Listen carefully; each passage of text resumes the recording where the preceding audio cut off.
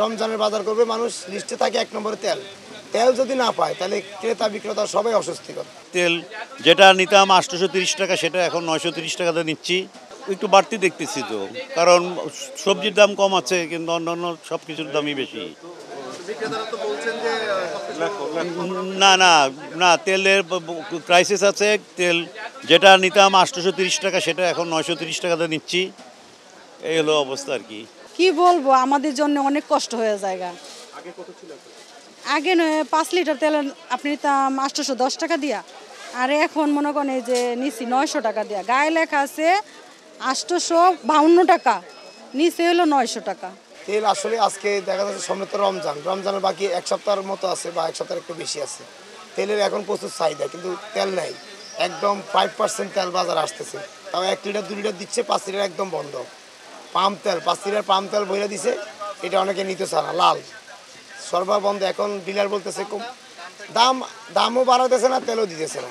দাম বাড়ায় তো তেল ছাড়তেছে না। তেলের চাহিদা স্লিপে 1 নম্বর থাকে লিস্টে। রমজানের বাজার করবে মানুষ, লিস্টে থাকে 1 নম্বরে তেল। তেল যদি না পায় তাহলে ক্রেতা বিক্রেতা সবাই অস্বস্তিকর। আমি দোকানদার, আমারও অস্বস্তি, যে কিনতে আসতে তারও অস্বস্তি। তেল নেই বাজারে, অন্য প্রোডাক্ট কিনতে পারতেছে না তেলের জন্য। ওই তেল পাম্প তেল দিছে ডিলার, পাম্প তেল কাস্টমার কিনতে চায় না, লাল। এখন বলতেছে কোম্পানির তেল দিলে আমরা আপনাকে তেল দিতে পারবো। খুব একবারই বন্ধ। আজকে 3 দিন 5 লিটারের কোনো সয়াবিন তেল বাজারে সরবরাহ দিচ্ছে না কোনো ডিলার। পাম্প তেল দিতেছে, পাম্প তেল কাস্টমার নিতেছে না, লাল। মসুর ডাল আপনার মোটাটা আমরা বিক্রি করতেছি 105 টাকা, দেশিটা বিক্রি করতেছি 130 টাকা, তারপরে মুগ ডাল বিক্রি করতেছি 165 টাকা, তারপর ছোলার ডাল যেটা এটা বিক্রি করতেছি 120 টাকা। অন্যান্য ডাল মানে আগের থেকে কিছুটা কমছে, যেমন আপনার খেসারি ডাল বিক্রি করতেছি 110 টাকা, আগে ছিল 120। ছোলা বিক্রি করতেছি আপনার বেশি নিলে 105, আর 1 কেজি নিলে আপনার 110 টাকা। সব প্রোডাক্টের ডাউলের দামে কম আছে।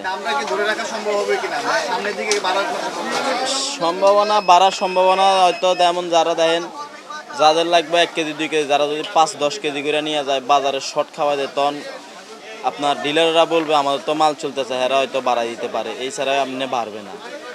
এই ডালগুলা বর্তমানে যে বাজারে যেগুলো যেই দামে আছে এই দামে সীমিত আছে।